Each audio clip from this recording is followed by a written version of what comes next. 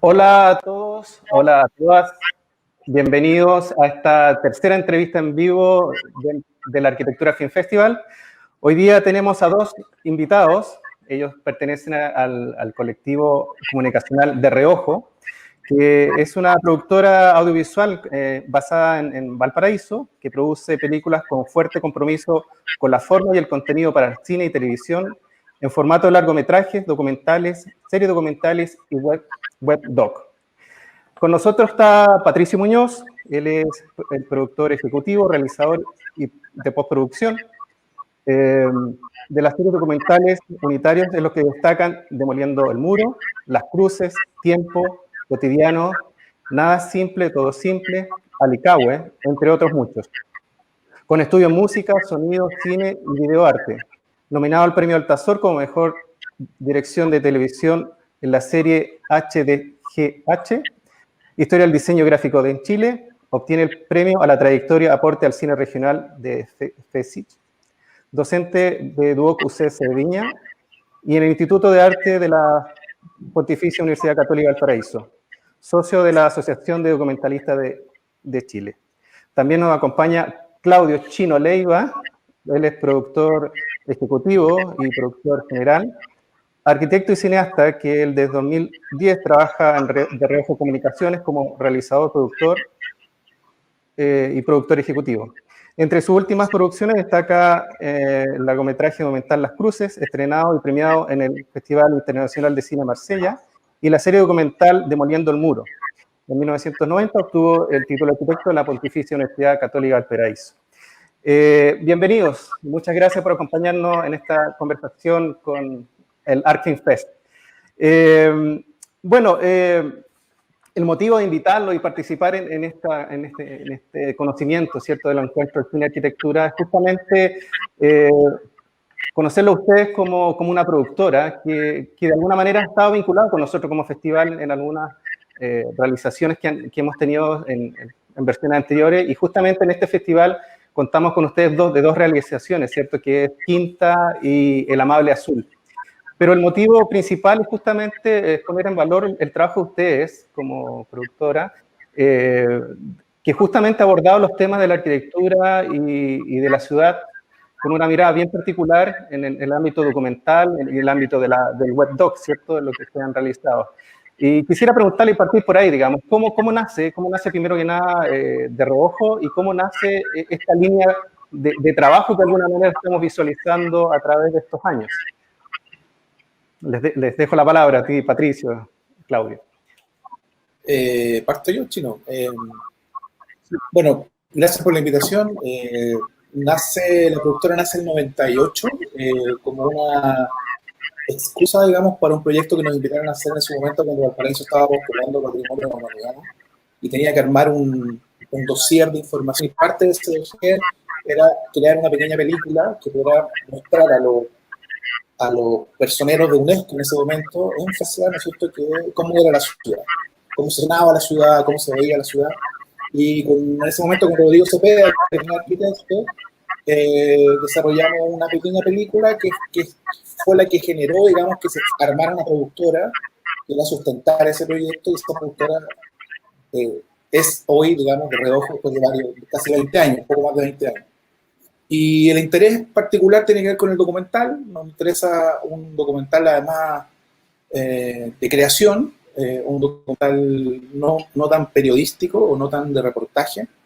Entonces hemos estado indagando en esa línea, ¿no? Desde el principio hemos intentado buscar lenguaje, tratamiento, temas que estén vinculados a esta mirada un poco más autoral y más personal, por decirlo así, de una realidad y de una historia nacional. Eso. Interesante. Claudio, ¿tú cómo es tu mirada dentro del equipo y cómo también va tu aporte de tu formación también como arquitecto y vinculado al área audiovisual? Bueno, gracias por la invitación. Mira, Yo en realidad me vinculo más formalmente a la empresa el año 2008, por ahí empezamos a trabajar en algunos proyectos más o menos conjuntos con Patricio. Pero ya el 2010, en el fondo, yo deshago mi oficina de arquitectura, me desvinculo de mi oficina de arquitectura y me dedico, digamos, a trabajar en este proyecto, digamos, a tiempo completo. Bueno, la arquitectura, el tema es que la arquitectura es un paraguas muy grande, ¿no? Es decir, todo puede caber, digamos, dentro del ámbito, digamos, de la arquitectura, cuando uno lo mira, digamos, desde la perspectiva, digamos, del habitar. Entonces, creo que nosotros hemos focalizado en nuestro trabajo básicamente un trabajo de observación desde las perspectivas, digamos, culturales, actividades culturales, de cómo, digamos, las personas, la gente, digamos, se desenvuelve en torno a su territorio. Entonces, hay series, por ejemplo, como Nada Simple, que es una serie que está focalizada justamente en cosas más particulares como el territorio. Parte con un proyecto, digamos, además, proyecto que se hace con muy pocos recursos, con una metodología muy acotada, que de alguna manera fuerza a los realizadores también a vincularse, digamos, con el lugar en que están haciendo, digamos, el proyecto. Entonces, nada, en general, digamos, el paraguas desde mi perspectiva como la disciplinar, ¿no? Se puede mirar desde muchos puntos de vista. Entonces, básicamente es eso. En el fondo es tratar de tener un punto de vista sobre los distintos temas. Perfecto. Tomando el punto, digamos, de las realizaciones que han hecho, ustedes están, digamos, como base, como decíamos, en Valparaíso, una ciudad que tiene muchos matices, mucho condimento de toda índole, ¿cierto? De la arquitectura, lo urbano, lo social, lo tiene todo Valparaíso, ¿cierto? Y está en conflicto constantemente. Y de alguna manera ustedes lo han retratado muy bien con los trabajos audiovisuales de Valparaíso en Amibles, ¿cierto? Nada Simple, Todo Simple también hace mención al caso Valparaíso. En fin, ¿cómo les nutre a ustedes justamente la ciudad donde están en generar toda esta discusión a través o reflexión a través justamente de estos proyectos audiovisuales? ¿Cómo lo van focalizando? ¿Cómo surgen esta idea de estos dos proyectos, por ejemplo, que aquí he mencionado de parte de ustedes, digamos? Yo creo que la ligación con el paraíso es bien, bueno, obviamente directa. Ambos somos nacidos en Valparaíso, vivimos acá hace muchos años. Yo en algún momento salí, pero volví y estoy acá y me instalé acá. Entonces la mirada de la ciudad siempre es como desde el habitante. Estamos como insertos en un circuito que es muy pequeño, que es bien provinciano, que de alguna manera marca también la manera en cómo trabajamos. Como decía Chino, una serie como Nada Simple se hace con una premisa de poco presupuesto y con un modelo de producción que es limitante para los realizadores, pero que al mismo tiempo desafiante, que es como cómo hacer una película, un mediometraje de 50 minutos en 2 jornadas de grabación. ¿Cómo se plantea eso, digamos, de la lógica de cómo se planifica, cómo se piensa, cómo se organiza el rodaje, pero al mismo tiempo cómo se dice algo a partir de esa prioridad? 2 jornadas de cámara para 50 minutos de producción. Eso es una premisa que tiene una serie que tiene 5 temporadas y que de alguna manera fue marcando una relación permanente con una manera de difundir patrimonio, memoria, historia, cultura, arte. O sea, como que de ahí se fueron conectando esos temas de manera casi natural, diría yo. Y claro, y hay algunos contenidos, nosotros mucho tiempo al principio hicimos contenidos muy relacionados con Valparaíso, porque estábamos acá, porque era más barato, porque nos interesaba, pero en un momento como que nos abrimos y empezamos a hacer contenidos nacionales, hicimos Historia del Diseño Gráfico, hicimos Lugar, que es una serie sobre arquitectura chilena, hicimos Mujeres de Letras, etcétera, que son contenidos ya que trascienden un poco a lo local. Y volvimos a hacer una serie sobre Valparaíso, cuando hicimos Valparaíso Namibia, 2016, 2017. Y la hicimos de una manera, o sea, pasaron 10 años aproximadamente en que no habíamos hecho nada muy vinculado con la ciudad, y lo hicimos de una manera bastante crítica, bastante irónica, bastante de multidimensión, ¿no? Como que intentamos verlas desde muchos ángulos en lo posible. Fue muy ambiciosa en ese sentido, porque era muy crítica, pero le dimos voz a las personas, no le hicimos tan eruditos, no son solo los especialistas los que hablan, sino que también hablan los vecinos, y eso nos pareció que era un aporte y nos gustó desde esa mirada, ¿no? Y eso se replica en algunos proyectos que estamos trabajando, ya en etapa de preproducción ahora, o en etapa incluso de producción en algunos casos, que es una mirada un poquito más ciudadana, un poquito más cercana, y muy provinciana, diría yo. O sea, como de un tipo de observación que está muy relacionada con el lugar y con la provincia, con el ritmo de la provincia, con el tipo de temas que se abordan en la provincia. Esa es mi mirada. No sé, Chino. Claudio, ¿cuál es tu mirada justamente ante la pregunta? Lo que sucede es que, por un lado, hay un marco metodológico, digamos, que es el que de alguna manera cada proyecto tiene en función de sus condiciones de producción.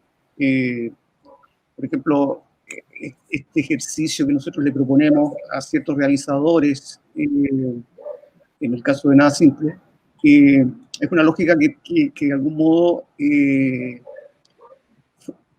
un pie forzado, ¿no? Un pie forzado que en el fondo hace que la situación, digamos, de producción esté acotada, digamos, de una determinada manera. Entonces, ahí hay gente, por ejemplo, con la que trabajamos que miraron Valparaíso. Por ahí se hizo, por ejemplo, Contrapostal, que es una mirada, digamos, de la ciudad que es totalmente distinta, digamos, de la típica, digamos, es como el juego, ¿no? La parte de atrás de Valparaíso. ¿Cómo funciona la parte de Valparaíso? Esa obra la tuvimos en el anterior en el festival también. Bueno, de ahí también es Quinta. También Quinta nace, digamos, como un proyecto, digamos, bajo la misma lógica, donde la mirada, digamos, de cada realizador es muy importante. Son dos, es una metodología que tiene un pie forzado común, pero que se trabaja, digamos, desde un punto de vista totalmente distinto y con una dinámica totalmente distinta. Y después, bueno, viene este otro ejercicio que es un poco más político, que es Valparaíso Inamible, que originalmente era un proyecto mucho más focalizado, yo diría, en la anécdota. Claro. En la anécdota de Valparaíso, ¿no? Lo pintoresco, es decir, situaciones que en el fondo eran... pero ¿qué sucedió en ese momento? Nos dimos cuenta de que estábamos justamente en un punto histórico-social. Venían las elecciones, digamos, de alcalde, se estaba produciendo, digamos, todo un fenómeno en la ciudad, que nos pareció que era importante recoger todas las perspectivas que habitualmente no tienen espacio, no tienen cabida ni en las redes, o sea, este diálogo que en realidad no se produce un diálogo en las redes sociales, ¿no? Son monólogos que están dispersos, digamos, y que uno los conecta en función de sus afinidades. Aquí la idea era contraponer también dos opiniones respecto a un mismo tema y ver cómo funcionaban, qué era lo que sucedía con eso. En base a temas que eran los temas que en ese momento un poco estaban arriba de la mesa, ¿no? El desarrollo inmobiliario, el tema de la basura, el tema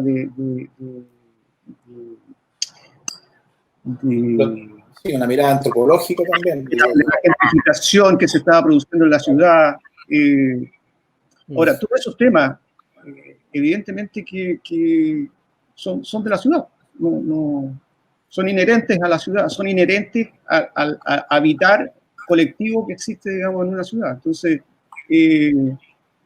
por eso te decía yo un poco, la arquitectura o el urbanismo es un paraguas muy grande que recoge, digamos, muchas posibilidades. Todo cabe adentro de eso, ¿no? Sí. Solo hay que poner, digamos, un punto de vista. Qué importante es, en todas maneras, de que la visión de estos proyectos, porque estaba pensando que un Valparaíso inamible es necesario para varias regiones, digamos.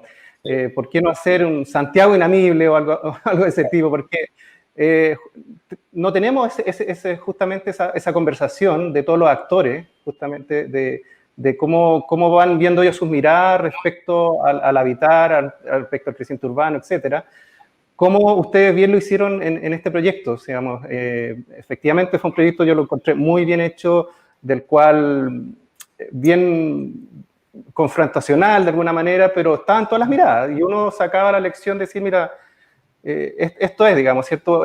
Queda a la mano del espectador, por decirlo así, sacar su propia conclusión si es el camino de cada uno de los actores ahí que están conversando, digamos, ¿cierto? De los actores urbanos me refiero, sociales, que si era bien la visión que ellos tenían, digamos, pero dejaba un poco la conclusión a los mismos espectadores, ¿cierto? En la reflexión al respecto, sin ser tan intencionados. Todos vamos a lo mejor cargados con una cierta visión, pero fue bien hecho en el sentido de que estaban, de alguna manera, todas las cartas puestas, digamos, ¿cierto? Y eso fue bueno.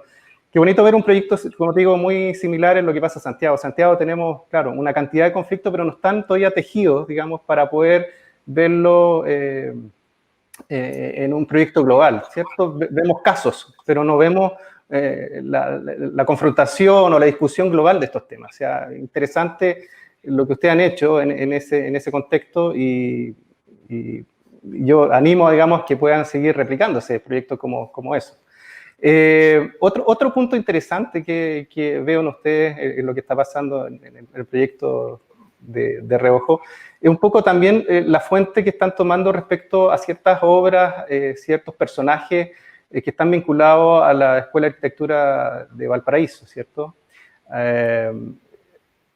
Nosotros a través del festival hemos visto obras recientes que están tomando justamente lo que ha hecho la Católica de Valparaíso en cuanto a su Escuela de Arquitectura, que por mucho tiempo, a mi parecer, era un ámbito muy encapsulado, cerrado, de poco conocimiento. Recuerdo muy bien también cuando estudiaba de que la Católica del Paraíso nunca participaba de las bienales, no sabría mucho, era casi muy cerrado toda la información. Y de a poco se ha ido abriendo esta documentación, muy rica, digamos, ¿cierto? Como lo que está pasando. Y ustedes también se han hecho cargo de justamente algunos personajes. Recién vimos hace poco el documental del Amable Azul, ¿cierto? Realizado por ti, Claudio. Parece que también tenemos en progreso algo en desarrollo, alguno también vinculado a Manuel Casanueva. En fin, me gustaría saber cómo ustedes abordan ese vínculo, digamos, con esta escuela tan particular que existe en Valparaíso y que tiene una rica historia de las personas, los personajes y de también su propuesta arquitectónica. ¿Cómo nace, cómo lo ven, cómo se nutren de eso? Bueno, sí, claro, lo que pasa es que la escuela en algún momento, digamos, siempre se mantuvo, la escuela de Valparaíso, ¿no? La Católica se mantuvo un poco al margen de ciertas actividades relacionadas, sobre todo en el tema de las bienales. No participaba mucho, digamos, de los concursos y ese tipo de actividades. Eso se dio en un contexto, digamos, de lo que sucedió, digamos, desde los años 80.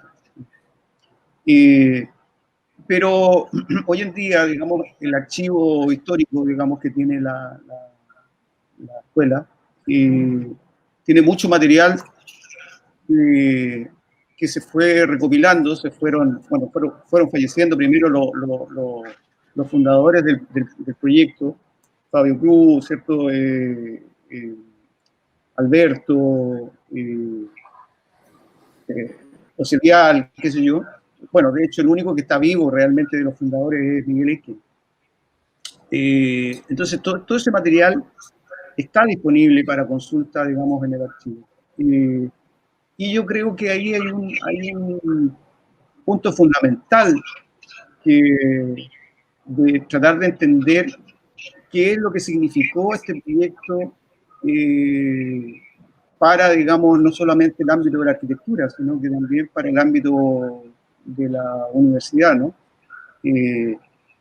Que además, ¿cierto?, se instalan en este lugar en Ritoque, fundan lo que llaman la Ciudad Abierta, ¿cierto?, que es un proyecto que después de 40, 50 años, ¿cierto?, es un proyecto que sigue vigente. Y yo creo que es interesante abordar cuál es el origen que tiene este proyecto, esta idea. A mí personalmente, digamos, me interesa mucho entender el origen que tienen las obras en cuanto a ideas, ¿no?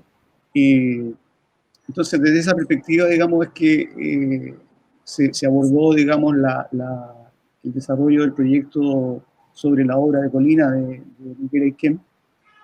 Y bueno, y ahí está también el proyecto que tú nombras, ¿cierto?, sobre Casa Nueva, que es otro ámbito, un ámbito en el que la experimentación, ¿cierto?, cobra un valor mucho más relevante. Creo que no hay un estudio en Chile sobre arquitectura experimental. El trabajo que hizo Casa Nueva tampoco ha sido estudiado. Entonces, creo que ir trabajando, digamos, en esos aspectos me parece, digamos, que es fundamental. Y bueno, y a mí me afecta directamente porque ellos fueron profesores directos míos. O sea, yo estudié con ellos, yo estudié con Casanueva, estudié con Miguel Ayquem, estudié con Alberto. Entonces, de alguna manera, también es una forma de reinterpretar mi propia historia y mi memoria, ¿no? Entonces, ese es más o menos el vínculo que en este momento hay con la Escuela de Arquitectura. Y lo otro es que además también ellos están abiertos, digamos, a que se desarrollen otros proyectos conjuntamente con ellos, porque les interesa, digamos, que hayan estas otras perspectivas de aporte de información y puntos de vista. Caso de Habitar también, por ejemplo, que también es un proyecto que nos están apoyando.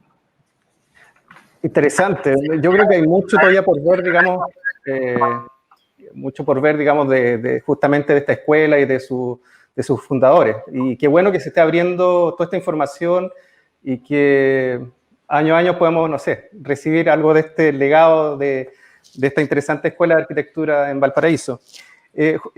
Un poquito para ir cerrando esta idea, ¿cierto? Tú mencionaste el proyecto, ¿cierto?, el de Manuel Casanueva, el arquitecto orfebre, que es como el título tentativo que por aquí leo. Cuéntanos, ¿ese proyecto se verá en luz cuándo? ¿En qué estado está ese proyecto audiovisual? En estado pandémico. Sí.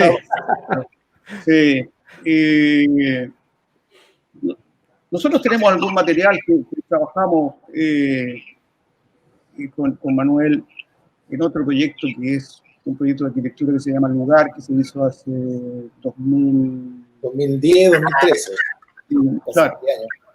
Hicimos una entrevista con Manuel, que es como una de las últimas probablemente que hubo en profundidad. Pero todo el resto de material que hay, bueno, está en el archivo, todavía no está muy clasificado ese archivo. Solamente hace como un año se entregó ese material, digamos, al archivo. Y hay otro material que todavía lo tiene, digamos, la familia. Entonces, primero hay que clasificar ese material para ver qué es lo que realmente hay. Y ahora estamos con los problemas propios, digamos, de la emergencia sanitaria. Es decir, claro, estamos en una pausa. No vamos a tener acceso expedito al archivo, digamos, hasta quizás cuándo. Es decir, probablemente están hablando de marzo del próximo año, pero si en marzo del próximo año de nuevo se reactiva este asunto, entonces hay una ventana zona ahí. incierta. Bueno, para nosotros como festival hay tiempo, entonces podemos ver esta obra realizada para la próxima versión, sin duda. Sin duda. Oye, avanzando también en los nuevos proyectos, me gustaría saber, digamos, en qué está, por ejemplo, el espíritu nuevo de Máquina Habitar, de estar en las mismas condiciones de la pausa, pero saber un poco de qué se trata ese proyecto y de igual manera uno que se menciona como La Botega, ¿cierto? Son dos proyectos que me gustaría que mencionaran brevemente de qué tratan justamente. Patricio, no sé qué nos podrías Sí, contar ahí. la máquina de editar ha ido mutando desde la idea original, de la idea también por los tiempos que están incluidos o involucrados en la producción. Pero hoy yo diría que es un proyecto que se va a transformar en un contenedor, en un sitio, en un portal web que va a contener muchos materiales que nosotros hemos venido desarrollando relacionados con la arquitectura, con el urbanismo, con una mirada más antropológica, más sociológica. Distintos contenidos. Los que hemos hablado ahora, por ejemplo, Lugar, que es una serie que se estrenó 2011, 2012, que pasó un poco desapercibida porque se filmó en SD antes de que llegara como la explosión del HD y todo. Entonces quedó un poco abandonada, pero ahí hay una serie de materiales que son históricos con entrevistas a arquitectos que son relevantes, importantes, ¿no es cierto? Entrevistas extensas, me refiero, con una asesoría y con una curatoría importante también de José de Nordenfleet. Entonces, es una serie que a nosotros nos interesa remasterizar, revisitar de algún modo, y usamos un poco la excusa, ¿no? La máquina de habitar es un contenedor que va a retar esta serie en primer término, pero que de alguna manera también va a sumar otros proyectos que hemos venido haciendo, como por ejemplo El Paraíso Namible, Otra Postal, Quinta y otros, que están vinculados de manera directa o indirecta con el tema central que podría ser la arquitectura, el urbanismo, la antropología o la sociología incluso. Y donde esperamos que en ese mismo contenedor se sumen una serie de nuevos proyectos que están vinculados también y que están en etapa de preproducción. Entre ellos Habitamos, Manuel Casanueva, La Botega y se me olvida uno, creo. Pero bueno, en general es eso. En el Amable Azul también podría estar en ese sitio, ¿no? Y bueno, y otro que estamos haciendo con José que se llama Monumental, que también es interesante porque escudriña un poco la relación entre arte y monumentalidad o espacio público y arte, artistas y monumentos. Hay un trabajo fuente de investigación en torno al patrimonio, el urbanismo y el espacio público. Y ya ese proyecto ya está en ejecución y esperamos también tener el próximo año ya en etapa de postproducción, digamos. Entonces, todos esos contenidos que están dispersos y que son individuales, que aparentemente no tienen un hilo conductor, pero que sí lo tienen porque el equipo finalmente va teniendo distintas funciones en el mismo proceso de realización. Distintos directores, pero con una mirada global que tiene que ver con la productora. Entonces, creemos que la máquina de habitar se va a transformar en eso. Es un contenedor, la máquina de habitar es un sitio web, en el fondo, que va a tener todos estos contenidos conectados, aglutinados, con una reflexión, con una curatoría y con una idea central. Eso. La Botega, sí. Interesante que digamos que se haga este contenedor que tú dices, porque la experiencia que hemos tenido a través del festival, hemos visto que algunos realizadores justamente están vinculando no solamente el trabajo audiovisual como tal, sino también en un multiplataforma. Salen, no sé, unos folletos, sale un sitio web respectivo, se hace algo más, te lleva a otra experiencia, digamos, las obras audiovisuales de este ámbito. Y yo creo que, dado los tiempos, lo mejor es una fórmula que se está instaurando. Digamos. El tema del streaming y el tema de la difusión fuera de porque estas series están pensadas originalmente para televisión, pero están pensadas para televisión hace 10 años, digamos, cuando la televisión tenía algún sentido o cuando era realmente un medio masivo. Pero hoy día pierde sentido la distribución en televisión o sin ser descartable, por supuesto todavía, no tiene tanta relevancia probablemente. Y en cambio, el abuelo universaliza, lo democratiza y la idea es hacer un sitio bilingüe que al mismo tiempo coloque estos contenidos en un público que ni siquiera sabe que existían, digamos, en algunos casos. Claro. Y ojalá abrirlo también a otros contenidos, o sea, no necesariamente producidos por de reojo, sino que perfectamente pueden caber otras miradas también. Pero es un proyecto a mediano plazo, o sea, el sitio va a estar lanzado el próximo año probablemente, pero la idea es que ir nutriéndolo de manera permanente y no pensarlo como a mediano plazo. Oye, y ustedes vinculándolos también como inserto dentro de la industria creativa, ¿cierto? Que de tanto se habla de vez en cuando. ¿Cómo el ejercicio ustedes justamente en cómo financian este tipo de proyectos? ¿Cómo nacen? Que algo para todos no, difícil de, digamos, de abordar, ¿cierto? ¿Cómo lo hacen? ¿Son fondos públicos, privados? ¿Cómo trabajan ustedes en este tipo de proyectos? ¿Chino?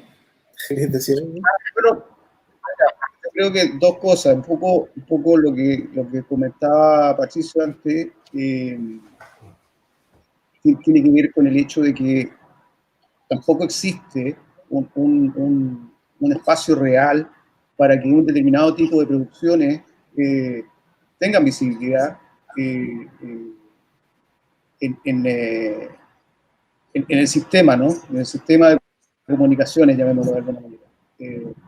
Llámese televisión, llámese salas, llámese mecanismos, digamos, ventanas de exhibición. Entonces, y sobre todo el formato, básicamente el formato sobre el cual nosotros trabajamos, el formato de televisión de 52 minutos, es un formato que en el fondo tampoco tiene mucha cabida. El mediometraje no tiene mucha cabida, digamos, ni en festivales, ¿cierto? Siempre va en desmedro y solamente por duración queda, digamos, relegado, ¿no?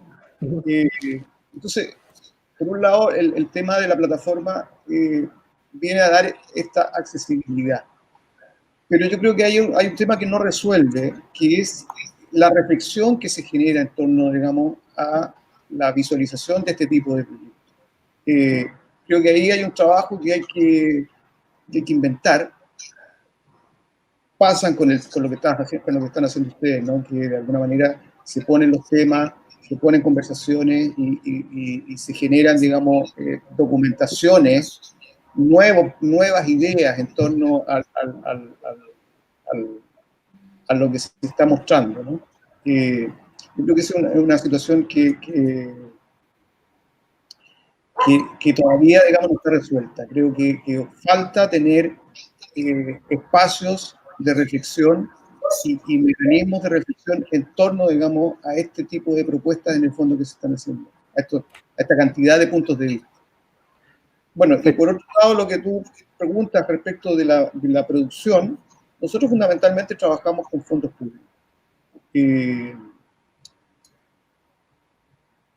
Muy pocos proyectos en el fondo tienen algún financiamiento privado. Pero en realidad lo que buscamos es, a través de los mismos mecanismos que tiene el Ministerio de Cultura, las herramientas para poder desarrollar este tipo de proyectos. Y ahí es donde se produce esta situación dispar, ¿no? Porque evidentemente que producir una hora de documental de arquitectura cuesta lo mismo que producir una hora de documental de música, ¿no? Por ejemplo, por decirte algo. Pero las fuentes de financiamiento son totalmente distintas. Sí.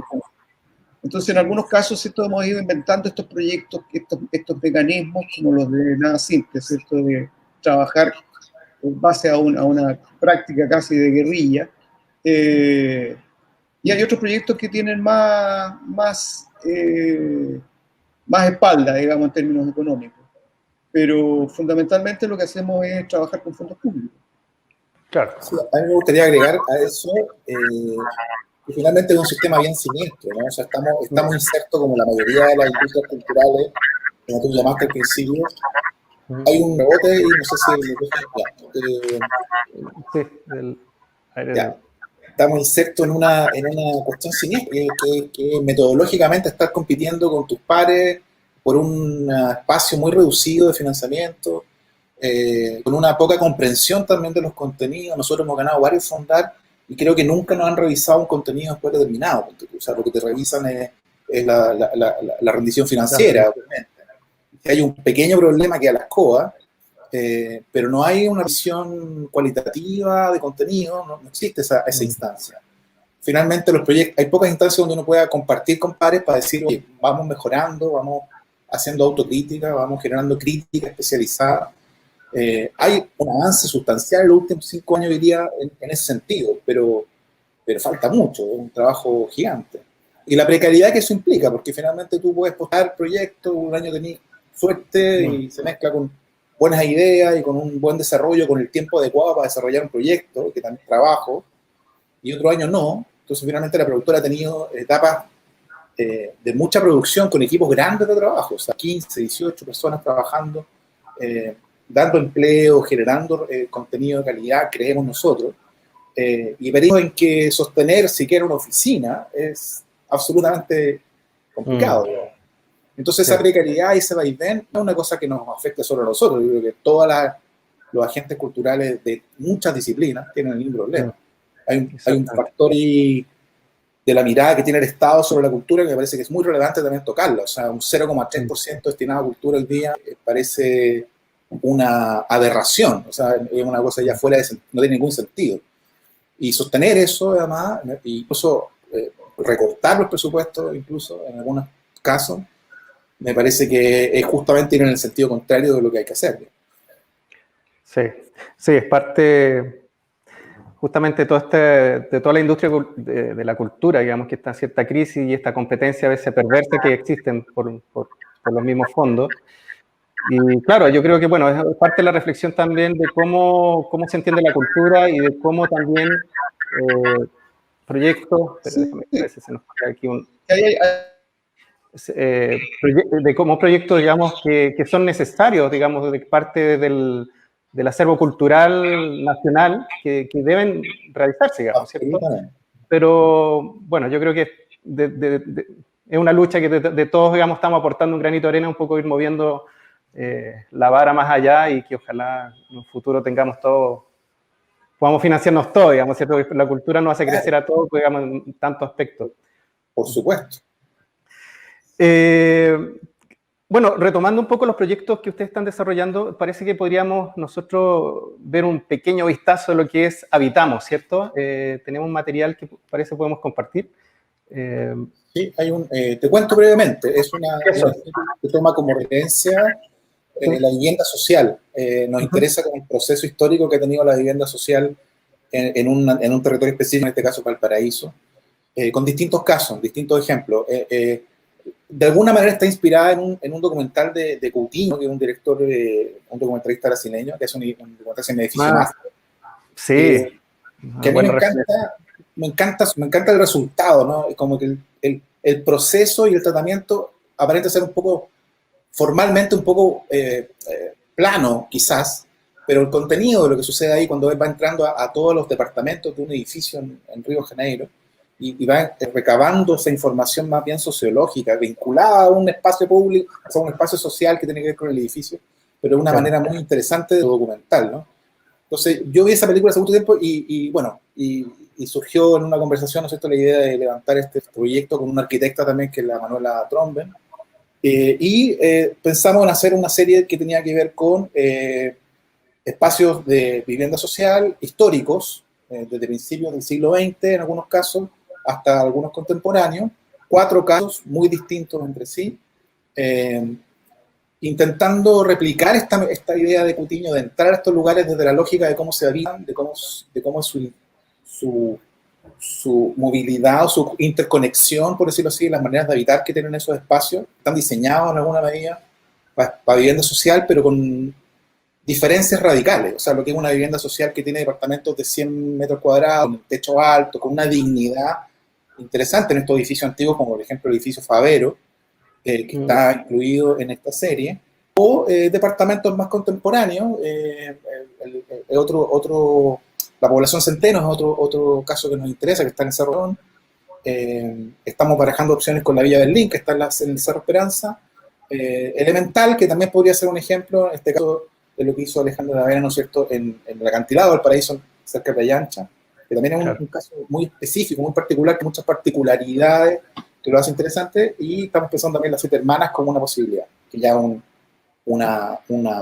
condominio, una población mucho más grande.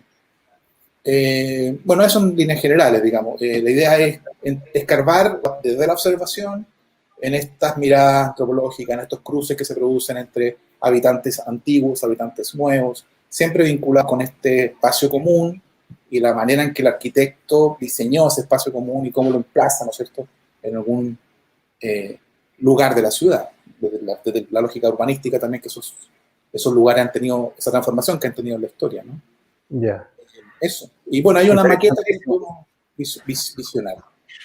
Podemos ver un trocito de la maqueta entonces. Vamos a ir a ver.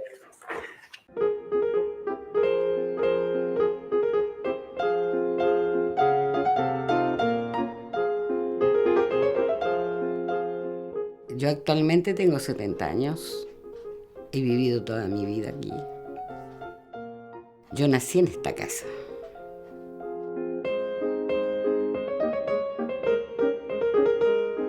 Los pasillos aquí, sobre todo este pasillo que es de madera, era muy lindo. Nosotros nos juntábamos con los niños vecinos y jugábamos aquí afuera.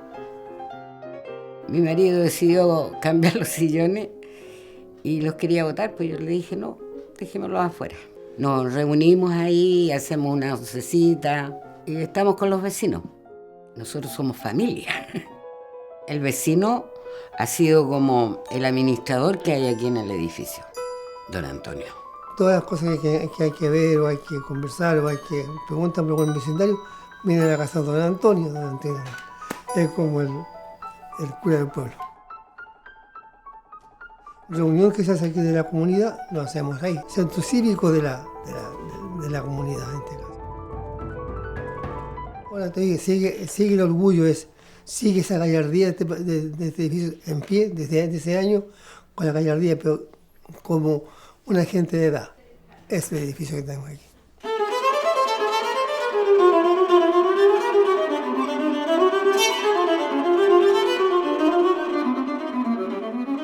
Muy parecido a los nuevos edificios que están en un pasillo largo así, con casas, con departamentos, puertas de departamentos a ambos lados. Pero aquí es diferente, aquí hay un pasillo, es como un laberinto aquí adentro.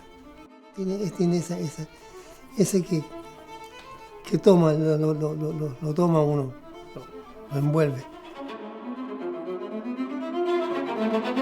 Tú sabes que el Valparaíso, desde su identidad de imagen, la influencia que tiene el fotógrafo chileno Sergio Larraín es muy fuerte.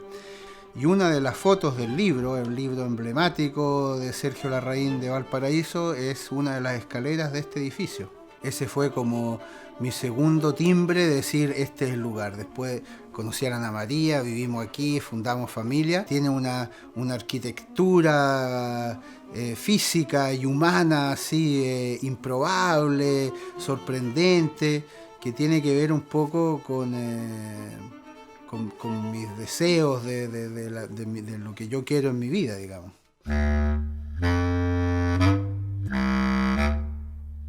Aquí, si uno empieza a entrar a las diferentes casas, mucha gente accedió a que yo pueda entrar y ya pueda hacer un retrato de familia y pueda hacer también otro tipo de fotos. Y se proyectó en las escaleras de interior, donde se hizo como el acto inaugural de esta restauración. En todo lugar del mundo, cada interior es un universo y no es normal tener acceso a todas las casas del edificio. Y la fotografía tiene ese privilegio. Lo que caracteriza en general Valparaíso, pero aquí en particular, es que el arquitecto Favero fue construyendo con las condiciones que le daba la roca. Tengo entendido que el edificio se construye así como se puede, generando una vivienda, digamos, donde tienen que haber hartos departamentos porque tiene esta cosa social, y eso lo hace muy atractivo desde mi punto de vista, porque ningún departamento es igual al otro.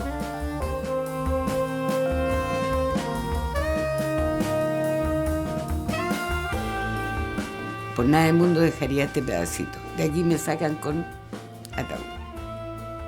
Toda la vida he dicho lo mismo.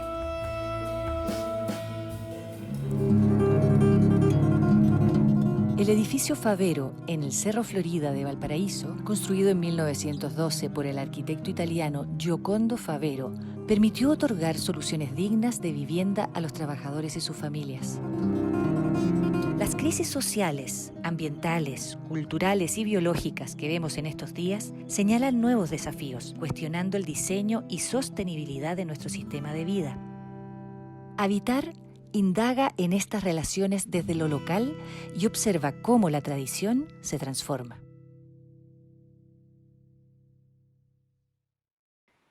La idea de industria, ¿cierto? Es una idea que se instala como un mecanismo político. Pero en realidad hay muchas cosas que en el fondo no caben dentro de un proceso industrial. Es decir, el fenómeno, digamos, de la cultura no necesariamente está vinculado, digamos, a un proceso industrial. Y hay muchas cosas, muchos temas que requieren, ¿cierto?, de ser analizados y que en el fondo no pueden ser mirados desde la óptica de la rentabilidad.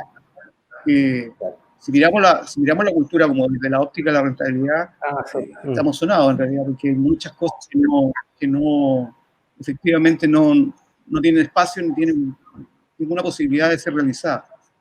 Entonces, creo que es importante, digamos, entender de que además deberíamos nosotros generarnos nuestros propios espacios para que estos proyectos, estas ideas, sean del ámbito que sea, no solamente del ámbito audiovisual, sino que también están los ámbitos de la literatura, de la música, permitan generar una reflexión en el espectador, ¿no? Por lo tanto, para eso necesitamos también un espectador que tenga la capacidad de poder leer esa información, entender esa información. Entonces, ahí hay mucho trabajo que hacer.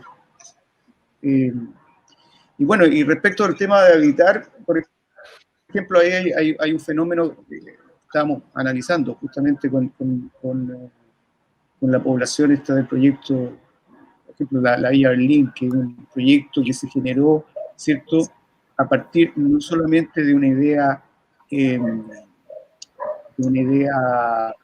una solución habitacional desde el punto de vista urbanístico, ¿no?, sino que hay todo un proyecto social, cooperativo, ¿cierto?, que incluso involucró a un arquitecto, un diseñador como Max Bill, ¿cierto?, que venía de la Bauhaus, y que esa historia es totalmente desconocida. Entonces, esos fenómenos en el fondo que existieron, ¿cierto?, fueron desarrollados, digamos, aquí en Valparaíso, en este caso. No hay ninguna información al respecto. Entonces, si que miramos todo desde la óptica, desde la industria, desde la producción, muchos de esos temas no tienen espacio. No, pucha, yo lo aliento a seguir con estos trabajos audiovisuales. Bueno, este último de Habitamos es muy interesante, y tanto así como los anteriores que te han realizado. Yo sé que es como quijotesco casi, ¿cierto?, la cultura en este país, pero entre todos tenemos que ir moviendo justamente esta máquina, y yo creo que de alguna manera esto tiene que tener una base sólida. Yo creo que los proyectos de ustedes, justamente en los ámbitos de los festivales, también son necesarios para justamente nuestra cultura urbana, inclusive nuestra imagen país, digamos, o sea, de cómo nos entendemos como sociedad, cómo crecemos como sociedad. Todos estos espacios nos ayudan justamente a ese crecimiento de formación, ¿cierto? Así que ustedes tienen su tribuna acá en el festival, y lo alentamos, digamos, a seguir estos proyectos, interesantes proyectos que hemos visto en esta versión del festival, y bueno, los que vendrán, ¿cierto? Esperamos que todos estos que hablamos, obra en progreso, podamos verlo en nuestras versiones del festival. Para ir cerrando nuestra conversación, me gustaría justamente llevarlos a una pregunta abierta, objetiva, ¿cierto? ¿Qué es para ustedes justamente este nacimiento de los festivales de cine y arquitectura? ¿Cómo ¿Cómo lo visualizan? Y bueno, y particularmente el Art Film Fest es lo que estamos haciendo ya hace un tiempo. ¿Cómo ha sido para usted esta experiencia de invitarlos y de participar también usted en este tipo de festivales? Fundamental. O sea, tú lo decías hace un rato, ¿no? Esto tiene que ver con una red y Chino mencionaba el tema de la formación de público, que nos parece que es muy relevante. Y lo que ustedes hacen es justamente ir instalando con una persistencia, ¿no? Es como esto no es tampoco un trabajo a corto plazo, un trabajo que tiene que hacerse a varios años, donde uno va generando el espacio, va consolidando un público, poco a poco el público va entendiendo que existe una relación entre el cine y la arquitectura que es evidente, y que no solamente se trata de películas sobre arquitectura, son películas que incorporan la mirada arquitectónica de muchas maneras, digamos.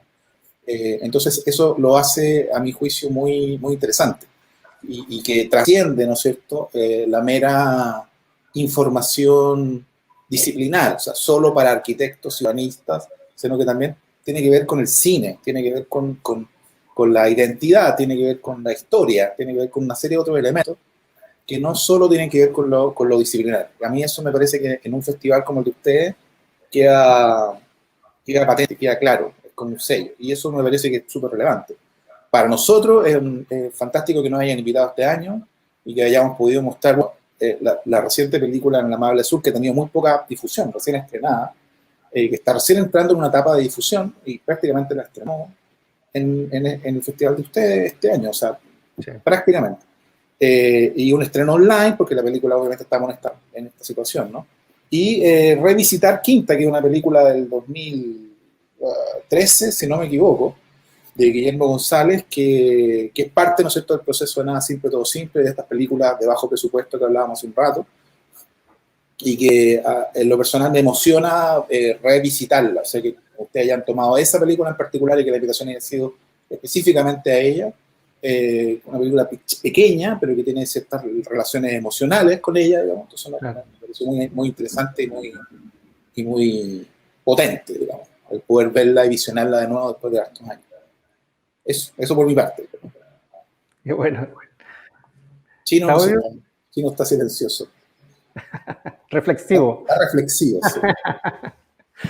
No, mira, yo creo que un poco lo que te comentaba antes, ¿no?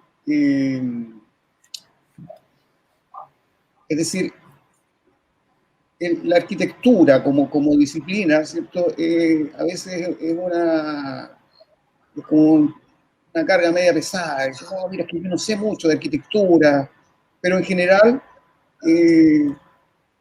todo puede ser mirado desde la óptica, digamos, de la disciplina. Es decir, en la disciplina de la arquitectura, los arquitectos son como los chasquillas, ¿no? Caen en todas partes. Pueden hacer distintas cosas, no tan específicas como diseñar casas o diseñar edificios. Y todas las decisiones sobre las cuales, en el fondo, ellos de alguna manera se involucran aspectos de la vida cotidiana. Entonces, es bueno desde esa perspectiva, digamos, que un festival como este traiga esos puntos de vista a la mesa, digamos, para que sean, digamos, conocidos. Saber cómo se está diseñando la ciudad, cómo se está administrando, digamos, los criterios sociales, políticos, económicos. A veces esa complejidad es la más difícil de entender. Claro. Entendiendo que la arquitectura siempre ha sido un bastión, digamos, del poder, ¿no? Entonces, creo que bajar esa mirada, digamos, a un plano más abierto, me parece fundamental, y en ese sentido, que existan espacios como este festival, sin duda que son beneficiosos. Bueno, la tribuna queda abierta, esperemos que Gracias. sea por un largo rato, ¿cierto? Que sigamos educando y formando a nuestros habitantes, ¿cierto? Esa es nuestra idea constante en el tiempo, ¿cierto? Levantar estos temas de reflexión, de crisis que tenemos justamente para ir mejorando y entre todos hacer una mejor ciudad y un mejor vivir. Esa es nuestra idea de fondo. Bueno, Patricio, Claudio, les agradezco su conexión, su tiempo. Bueno, nosotros muy contentos de haberlos tenido en este festival y esperemos, como les decía, tenerlos en el futuro también. Y nada, invitarlos a los días que quedan, ¿cierto? Ya estamos concluyendo esta semana el mes del festival, que es intenso, y invitarlos, digamos, los días que vienen a nuestras últimas proyecciones y conversatorios. Gracias nuevamente, Patricio, Claudio, y esperamos vernos nuevamente. Muchas gracias por la invitación. Gracias. Mucho éxito. Gracias por la invitación. Y felicitaciones. Creo que Vale, esto de proyectarlo en el tiempo, digamos, es muy importante. No focalizarlo en estas cosas, que es otra característica que han tomado los festivales ahora, como que esta cosa se acota demasiado. Aquí hay espacio para poder ver las cosas, ¿no? O sea, este año son 3 semanas de festival, ¿no? Sí, ha sido todo el mes, prácticamente de noviembre. Interesante eso. Nos fuimos con todo. Un despliegue, sí. Exactamente. Bueno, ya seguiremos conversando, amigos. Gracias. Gracias. Que estén bien. Nos vemos. Bueno, gracias a ti. Chao. Chao. Chao.